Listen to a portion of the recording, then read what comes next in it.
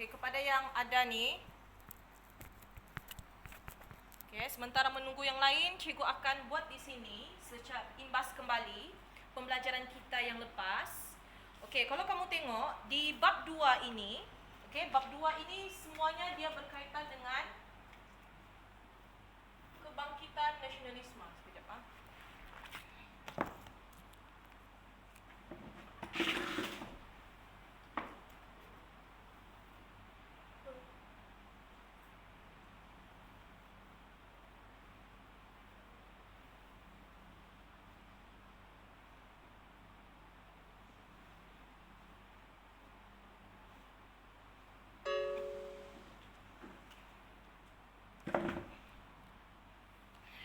Okey, semuanya mengenai kebangkitan nasionalisme. Okey, dalam bab yang kamu belajar ini, pertama sekali kamu akan nampak berkaitan dengan maksud kan? Maksud. Nampak ke tidak? Cikgu tulis. Nampak, cikgu. Nampak ah? Okey, maksud nasionalisme. Okey, maksud nasionalisme ini daripada pelbagai tokoh, betul tidak? Okey, seterusnya di sini dalam tajuk yang sama, dalam bab yang sama, kamu akan nampak perkembangan idea. Okey, perkembangan idea.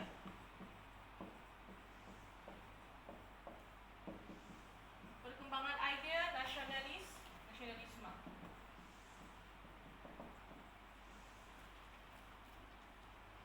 Okey, dalam perkembangan idea nasionalisme ini, kamu akan nampak dia terbahagi kepada dua. Okey, dia ada dua. Idea nasionalisme ni ada dua, iaitu Barat pertama, dan yang kedua adalah apa? Yang kedua apa? Kedua apa? Siapa boleh jawab? Kedua, perkembangan idea nasionalisme. Barat, satu lagi apa? Asia, cikgu. Asia. Okey, good. Okey, maksudnya di sini nasionalisme ini idea dia berkembang kepada ada dua. Okey, di Barat dan di Asia. Okey. Di Barat macam mana boleh berkembang? Bagaimana idea nasionalisme boleh berkembang di Barat? Melalui apa? Melalui apa? Melalui kalau di Barat. Barat, bagaimana idea nasionalisme boleh berkembang? Di Barat. Siapa boleh bagi tahu? Oi. Siapa boleh bagi tahu? Penentangan terhadap pemerintah beraja. Okey. Di Barat, okey betul lah. Bagus lah, bagus. Okey, tapi di Barat, idea nasionalisme boleh berkembang. Okey, kalau kamu tengok di buku melalui revolusi, betul tidak? Revolusi. Kan? Okey, macam yang aku cakap tadi, revolusi ini terjadi apabila berlakunya tentangan terhadap pemerintahan,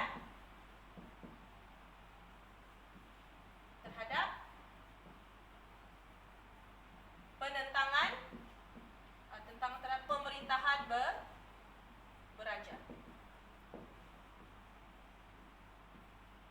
Faham ah? Okey. Itulah kamu nampak di situ dalam buku kamu ada beberapa revolusi berlaku. Okey, dia ada revolusi keagungan Perancis dan Amerika. Okey, untuk yang ini cikgu tidak akan sentuh sebab kamu boleh baca. Baca daripada buku teks kamu memang ada dan buku teks memang ada. Dalam video yang cikgu bagi itu pun memang ada penerangan mengenai apa ni? Dengar kan? Okey, mengenai fakta-fakta yang ada. Okey, benda ni kamu boleh baca sendiri. Cumanya cikgu mau ingatkan kepada kamu okey, bila kamu baca mengenai perkara ini, revolusi, pertama kamu kena faham tahun dia bila. Okey, dengar sini ya.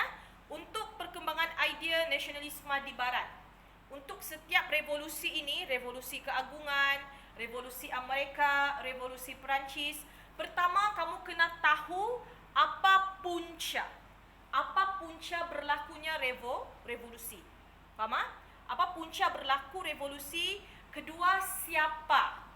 Maksudnya siapa di sini adalah siapa yang terlibat. Tolong buat catatan. Revolusi kena tahu, kena buat persoalan. Pertama, punca. Punca ini maksudnya merujuk kepada faktor lah. Okey? Faktor, punca, sebab.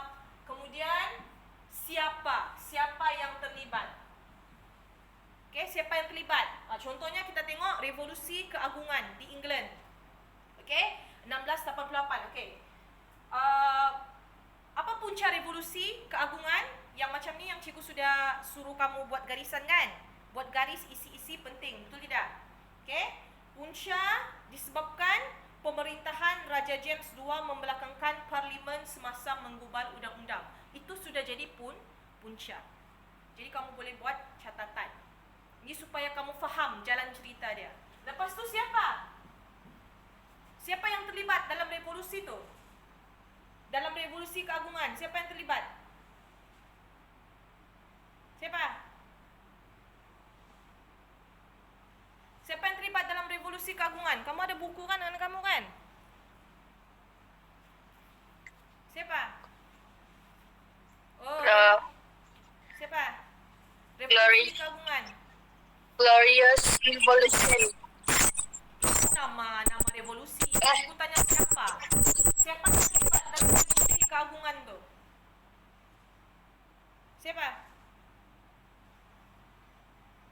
Oi. Siapa? Pertama Nama dia punya revolusi Kak Cikgu. Ya, cikgu tanya, revolusi keagungan ni siapa yang terlibat? Tengok buku teks, Ba. Siapa yang terlibat?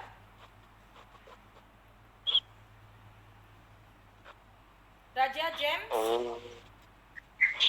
Raja James II. Siapa lagi? Mary II. Mary II, Raja Williams of Orange. Apa lagi? Itu sajalah. Itu antara yang terlibat. Okey, lepas tu bagaimana revolusi itu boleh tercetus? Bagaimana? Keinginan menegakkan kedaulatan parlimen dan hak asasi rakyat. Cara dia macam mana? Kalau tanya, itu punca. Yang kamu cakap tadi itu punca. Okay, ataupun sebab berlaku revolusi. Okey, cikgu ulang balik Perkembangan idea nasionalisme dia ada dua, Barat dengan Asia. Okey, di Barat dia ada perkembangan idea nasionalisme yang berlaku di Barat disebabkan revolusi. Okey, kenapa berlaku revolusi? Disebabkan tentangan terhadap pemerintahan beraja. Okey, betul lah? Faham setakat ni? Okey. Dalam revolusi itu dia banyak berlaku lagi revolusi. Betul tidak? Dia ada revolusi keagungan, revolusi Amerika, revolusi Perancis. Okey, ini semua antara revolusi yang berlaku di Barat yang telah mengembangkan idea nasionalisme. Okey, di setiap revolusi itu kalau kamu mahu faham jalan cerita dia, kamu kena ada beberapa persoalan. Pertama, punca. Kamu kena tahu apa punca revolusi itu berlaku. Punca ni samalah faktor, punca, sebab. Makna yang sama. Okey? Lepas tu siapa? Siapa yang terlibat dalam revolusi itu? Dan bagaimana revolusi itu berlaku? Sama ada mereka menggunakan perang kah? Okey? Menggunakan perbincangan kah? Okey? Ataupun macam mana? Adakah berlaku pertumpahan darah? Begitu. Faham Jelas Okey.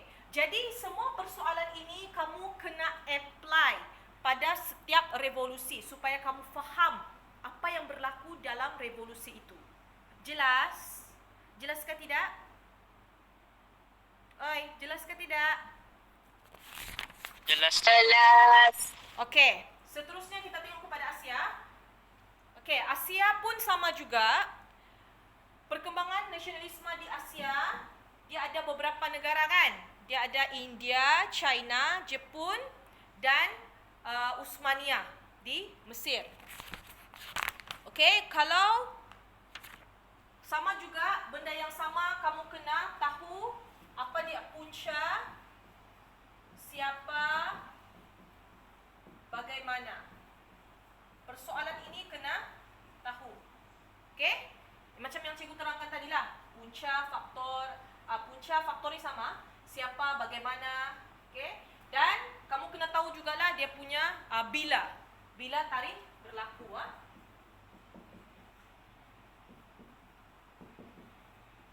Bila berlaku sesuatu perkembangan nasionalisme tu. Okey, kita tengok contoh tu contoh nasionalisme di India. Okey, di India. Okey, apa punca? Apa punca berlakunya perkembangan idea nasionalisme di India? Kebangkitan nasionalisme di India. Apa punca di India?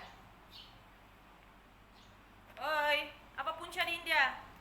Kita tengok contoh.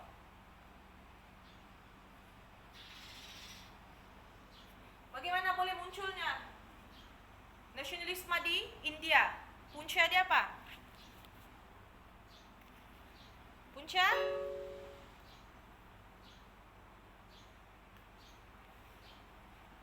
Punca dia adalah apa?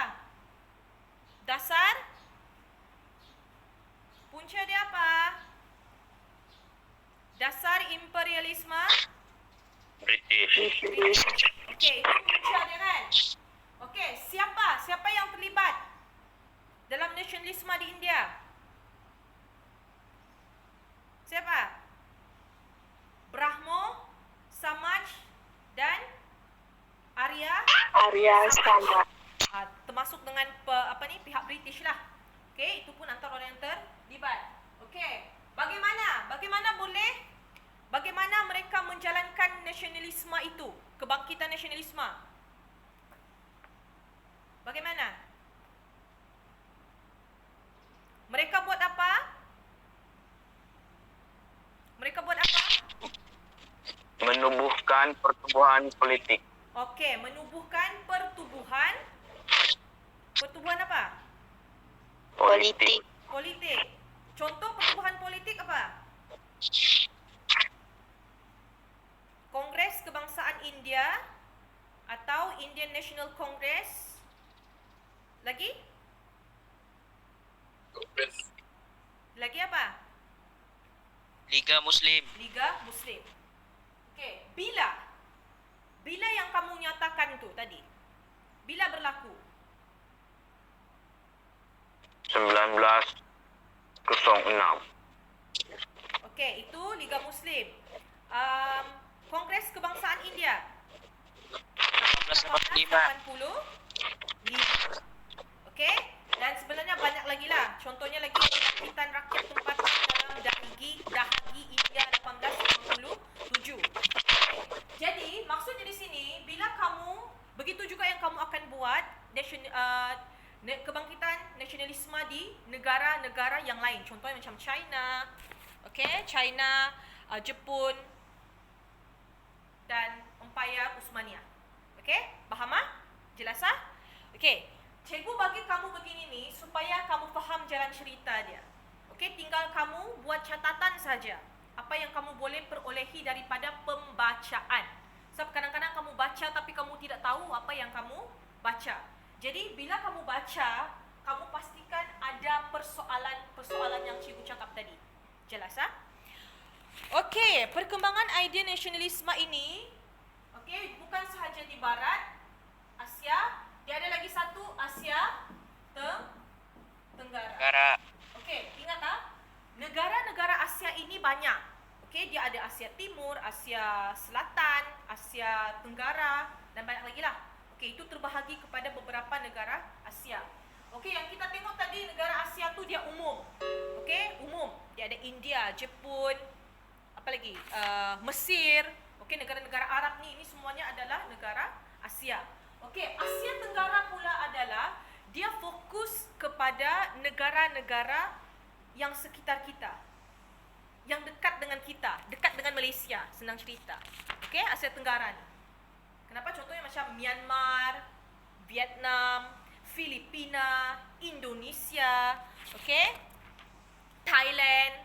Okey, semua ni adalah negara-negara Asia Tenggara, termasuk Malaysia lah. Malaysia pun negara Asia Tenggara. Okey? Jadi perkara yang sama juga bila kamu mau faham dia punya galur cerita itu, kamu mesti menggunakan persoalan-persoalan yang cikgu cakap tadi supaya kamu faham. Okey, contoh kita ambil lah nasionalisme di Indonesia. Apakah punca kebangkitan nasionalisme di Indonesia? Punca dia apa?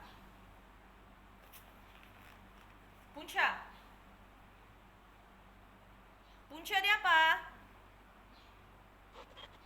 Isu pendidikan untuk mengubah nasib rakyat.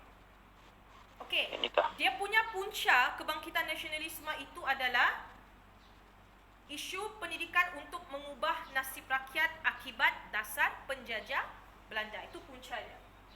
Okey, siapa? Siapa yang terlibat dalam nasionalisme di Indonesia? Siapa? Pertama, Raden pihak Belanda lah. Kedua Ad- apa? Raden Ajeng Kartini. Siapa?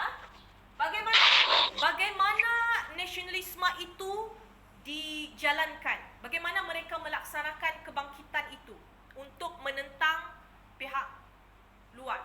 Bagaimana kalau di Indonesia? Apa yang mereka buat? Menggunakan apa? Karya seperti hilang gelap, terbitlah terang. Itu semualah. Okey, maksudnya bagaimana mereka menjalankan kebangkitan nasionalisme di Indonesia adalah melalui penulisan karya seperti cerpen, buku. Okey, untuk memberikan kesedaran nasionalisme kepada rakyat di Indonesia. Begitu bah kalau kamu belajar. Okey, selain daripada itu, apa lagi? Apa lagi mereka buat di Indonesia? Penubuhan parti politik seperti Syarikat Islam, Partai Komunis Indonesia dan Partai Nasionalis Indonesia. Okey, itu adalah antara cara yang digunakan. Ingat tak? Bila tanya bagaimana, maksudnya adalah bagaimana cara mereka untuk menjalankan nasionalisme. Nasionalisme ini adalah perasaan mempertahankan tanah air kan. Jadi bagaimana mereka mempertahankan tanah air mereka daripada sebab tadi. Sebab yang membangkitkan nasionalisme tadi. Okey? Jelas ke tidak? Faham ke tidak?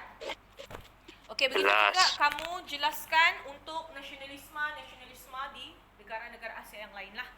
Okey, jadi maksudnya bila cikgu bagi video ataupun video yang cikgu telah berikan sebelum ini, okey, pastikan bila tengok video itu, cikgu minta kamu untuk faham kan? Faham bukan sekadar kamu tengok tu video tapi sambil tidur, sambil baring. Memang tidak apalah kamu dapat. Bila nampak video, kamu kena pastikan buat catatan. Tengok rujuk daripada buku teks. Jadi sambil kamu rujuk video, kamu pastikan ada persoalan-persoalan yang cikgu berikan tadi. Supaya kamu faham apa yang disampaikan daripada video dan buku teks tadi. Jelas? Okey, cikgu kira itu jelaslah. Okey, lepas tu faktor, kita akan lihat faktor kemunculan gerakan nasionalisme. Okey, ini cikgu tidak perlu sentuh lagi sebab memang kamu sudah faham benda ni. Okey. Ada beberapa faktor.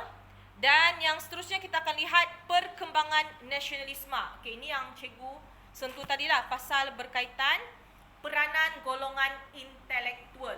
Okey. Dapat nanti cikgu bagi video juga dengan kamu.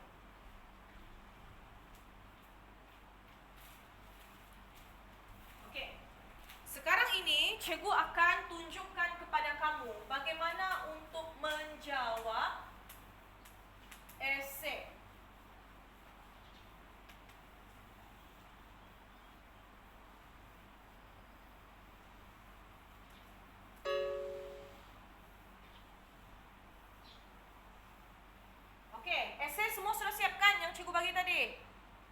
Cikgu mau dengar satu-satu cara aku jawab.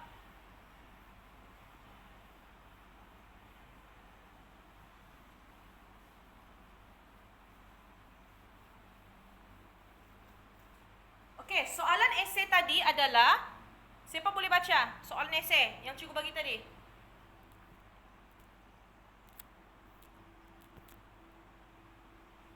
Yang cikgu bagi tadi, apa soalan esei dia?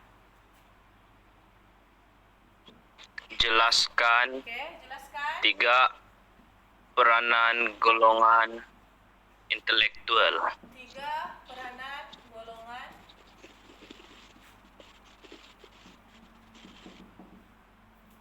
intelektual.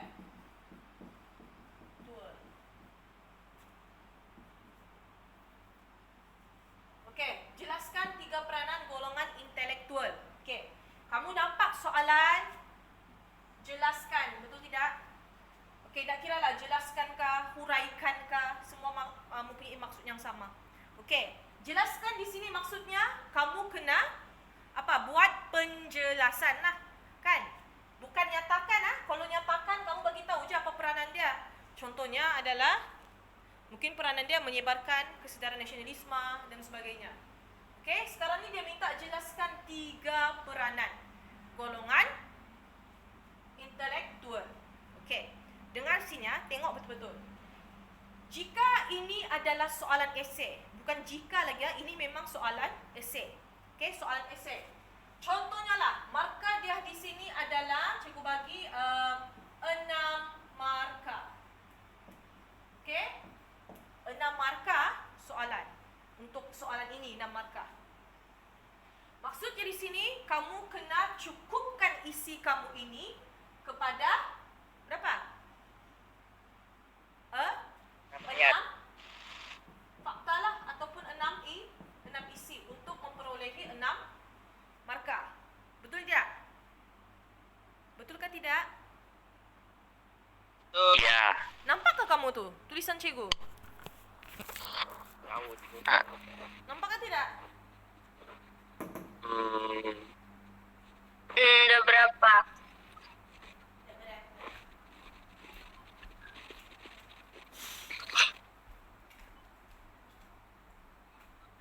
Asal cikgu pegang ni. Nampak? Nampak sekarang? Apakah dia jadi sekejap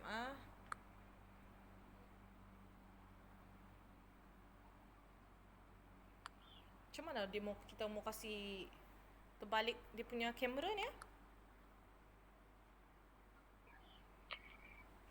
Tapi nampak kan?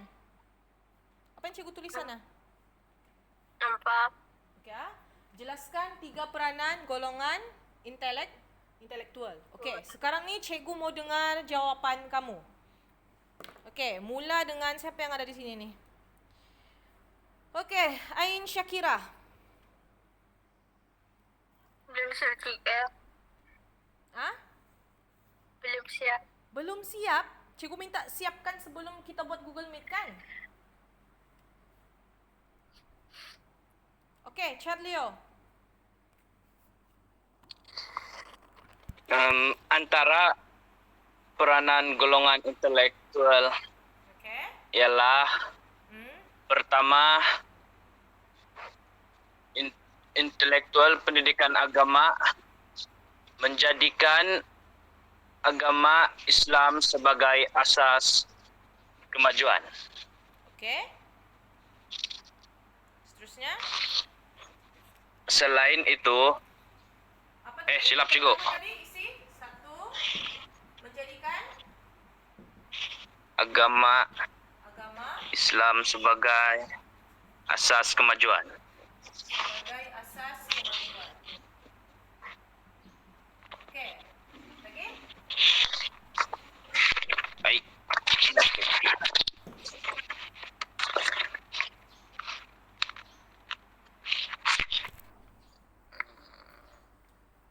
Ya, menjadikan agama Islam sebagai asas kemajuan. Apa lagi?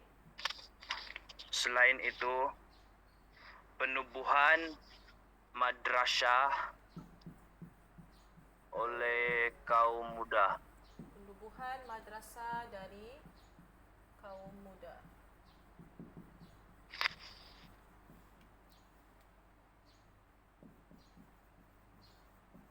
Lagi?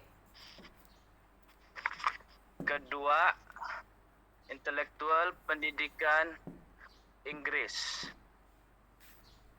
Okey. Ditubuhkan untuk melatih anak bangsawan bagi diserapkan dalam pentadbiran kerajaan British. Melatih anak bangsawan untuk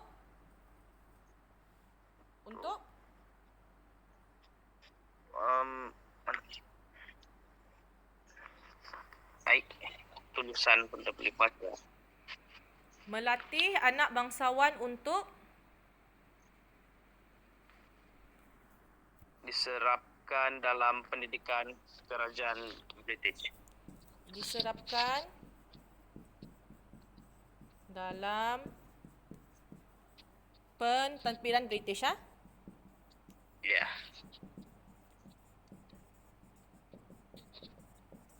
Okey. Ini adalah antara contoh isi kawan kamu, ha? Itu saja, Charlie, oh? Yang Itu saja? ketiga lagi cikgu. Ada lagi? Okey, good. Lagi? Ketiga, intelektual pendidikan Melayu. Okey.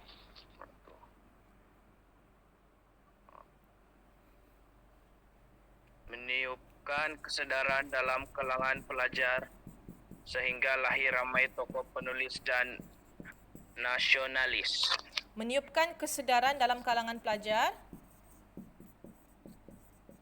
Sehingga lahir ramai tokoh penulis dan nasionalis. sehingga lahir ramai tokoh nasionalis. Itu je cikgu. Okey. Okey, good, Charlie, ah. Jawapan bagus. Okey. Semua daripada buku teks ni kan kamu dapat? Ya cikgu. Okey. Thank you, Charlie.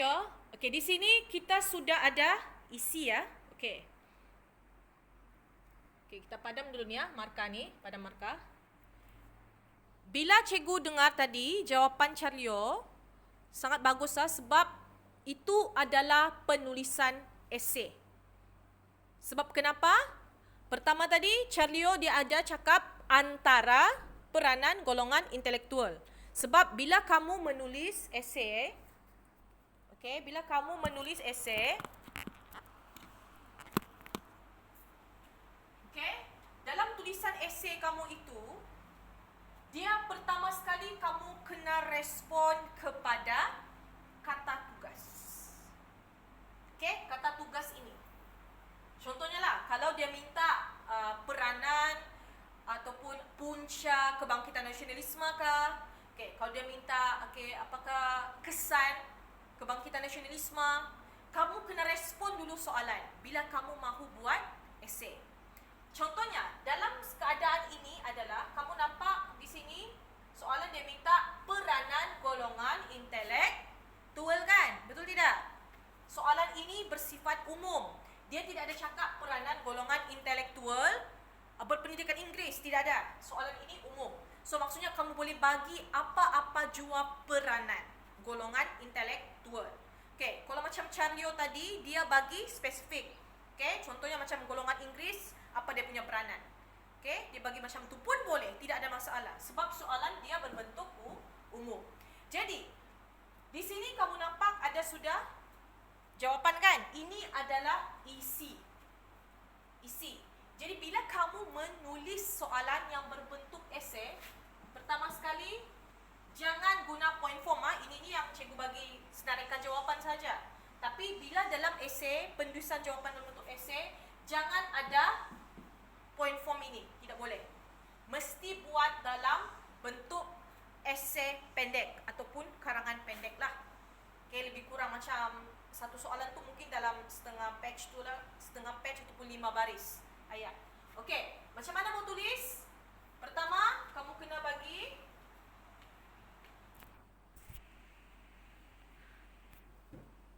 okey, jawapan dia pertama kamu kena tengok soalan. Soalan dia ni tengok kata kunci dia, peranan golongan intelektual, kan? Jadi kamu kena bagi antara, boleh juga tulis, antara peranan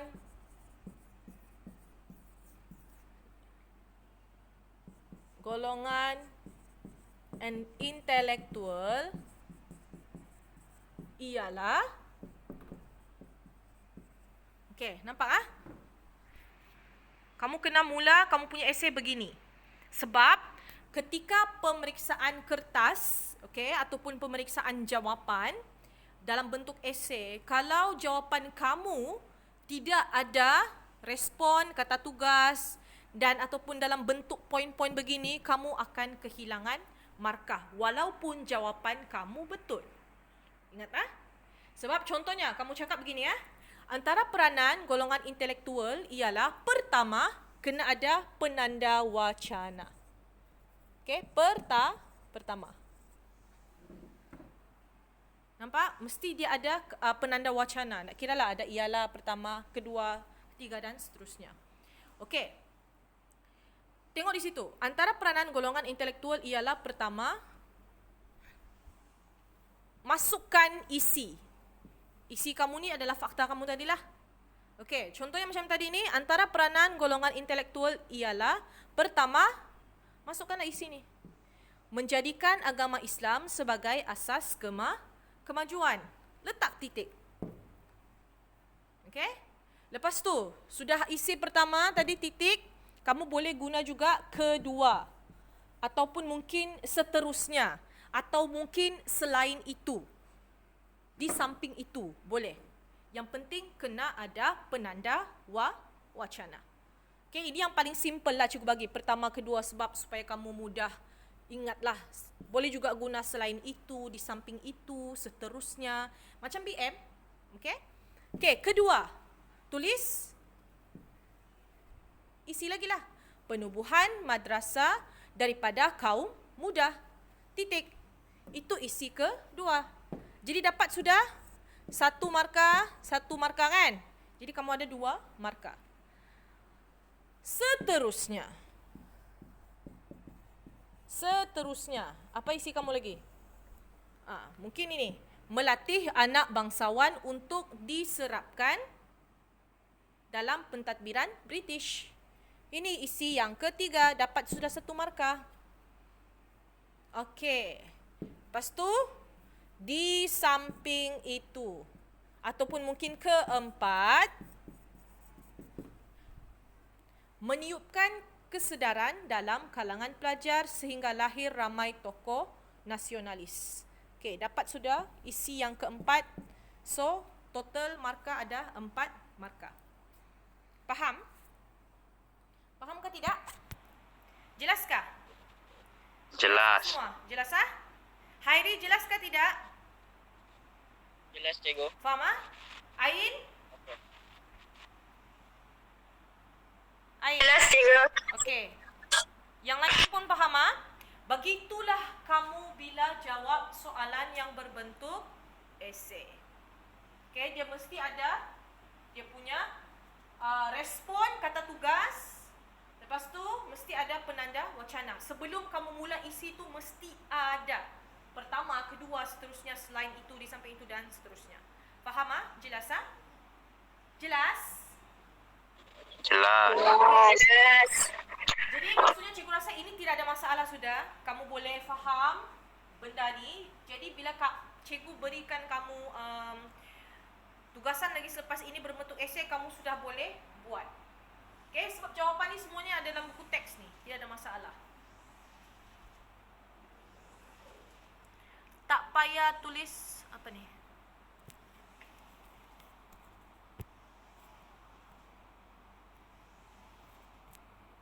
Apa tadi soalan?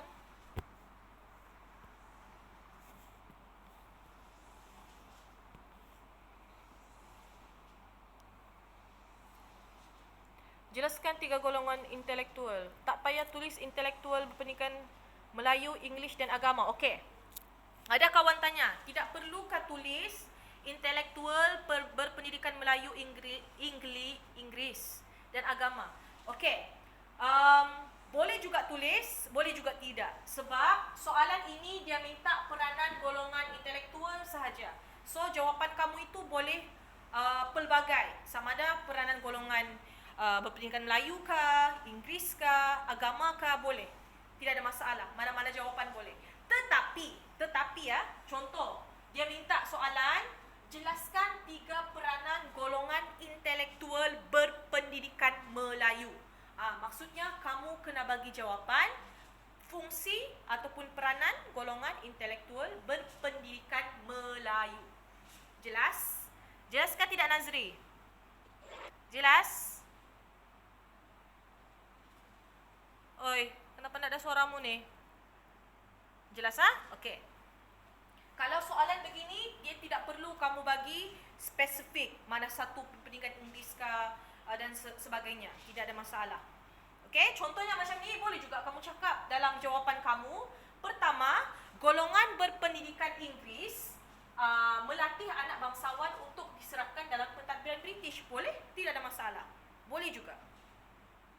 Ataupun mungkin yang kedua, golongan intelektual berpendidikan Melayu telah menubuhkan madrasah daripada kaum muda. Boleh. Boleh kamu mention ataupun kamu nyatakan golongan mana. Sebab soalan ini berbentuk umum. Dia tidak ada spesifikkan mana-mana intelektual. Jelas Okey, ada lagi soalan?